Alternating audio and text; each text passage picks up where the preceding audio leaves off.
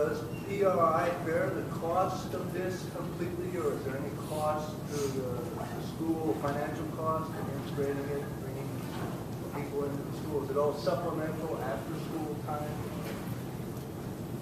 Well, we originally received funding from the private bank for a 4-year startup, but most of those funds were just started to get the equipment to print with and to pay a certain number of work-study students. But over the years, PRI has been dominated by volunteer efforts. And we get some support from the Meadow Center, the community partnership, and some of our funds, but the driving force behind PRI is the student volunteer, and a small number of work-study students. But perhaps the most remarkable thing was the book drive, because we mentioned that the big problem with schools is they're missing all kinds of things like books in the library. And PRI gave them a big book drive. We got about 500 books, which were gratefully received at last, right?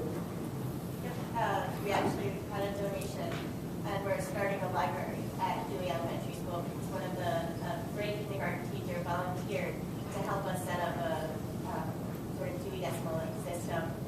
We have a donation that's paying for the computer. But just to talk about monetary support for PRI, as it stands now, as a student-run organization, we don't really need anything that requires money, except really sort of printing, because we just print our reading roads. But that's really who we use them. So once they're printed, we don't actually require any sort of financial assistance, except to pay for the work-study students.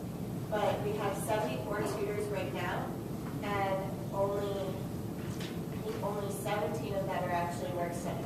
So the rest are volunteer. So we really, we reserve rooms on campus for free.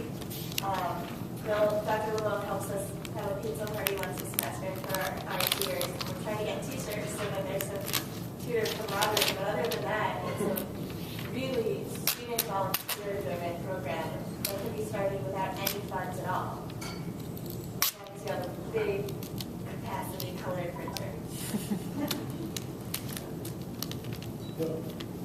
It seems that the curriculum, or the reading road, is geared towards African American students with children and families. Is there any interest, since the Latino population is one of the fastest growing populations in school, is there any interest in doing something similar for that group? Our tennis program was carried out in 3 cities: Philadelphia, Atlanta, and Los Angeles. And the population was 1/4 white, 1/4 black, struggling readers, 1/4 Latinos who learned to read in English first, 1/4 Latinos who learned to read in Spanish first. And I'm giving a talk at the TESOL convention about the relationship of learning to read in Spanish first, how it affects your reading. Some surprising positive things. So we do know, now a lot of the illustrations you've seen here, the kids are all African American, but in our commercial version, they're 1/3 white, 1/3 Latino, 1/3 black. It so happens that West Philadelphia is largely African American population. We have worked in local schools in several places in Philadelphia which were 100% Latino or close to it. And I think the program does take into account many of the chapters deal with problems that are specific to Latino children, like the Cheshire difference. And so I think it's well balanced to deal with Latino and going forward.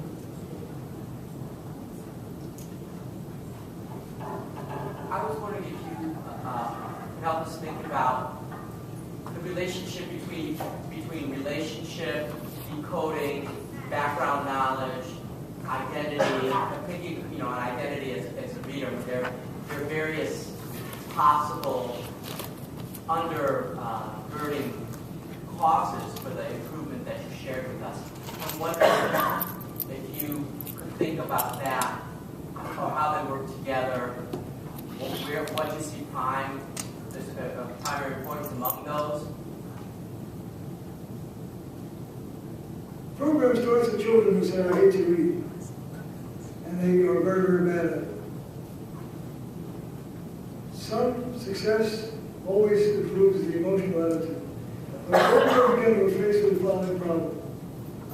Kids say, I don't get it. And they act as if they don't get the general rule. Silent rule is a good example. There are a minority of kids that really can benefit by direct instruction. And exactly what makes the child make use of the generalization, and what makes some children not make use of generalization, is still mysterious. So our tutors work away at it, and over and over again in the reports they say, he finally got it, but it took a long while for him to make use of this general rule. Very few times is generalization not so explicitly useful to children. Nevertheless, the issue of phonological awareness means that we try to make patterns that are available to the children. One means or another, cognitively transparent. What's the relationship between the emotion I'm talking about and this cognitive process of understanding and managing other relationships in the alphabet?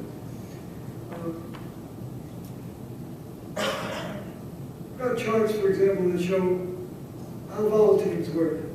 Over half the vowel teams, or pairs of vowels, are perfectly regular. But then there's a minority which are completely opaque and where you just have to try one and then the other.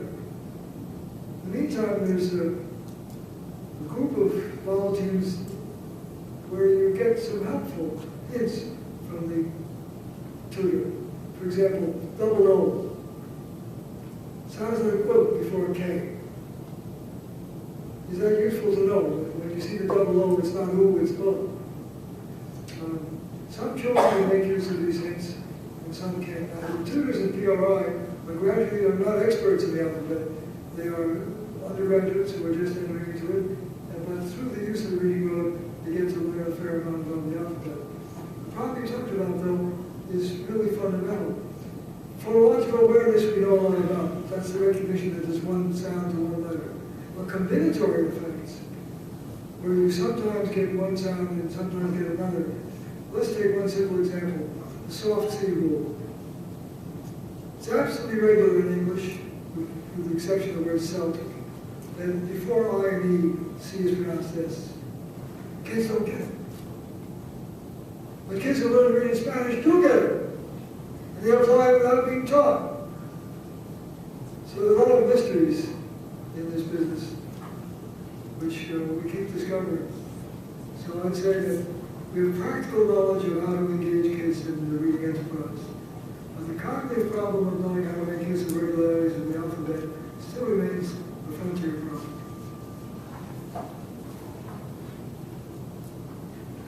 I think it's time for us now to thank Professor Boyeta.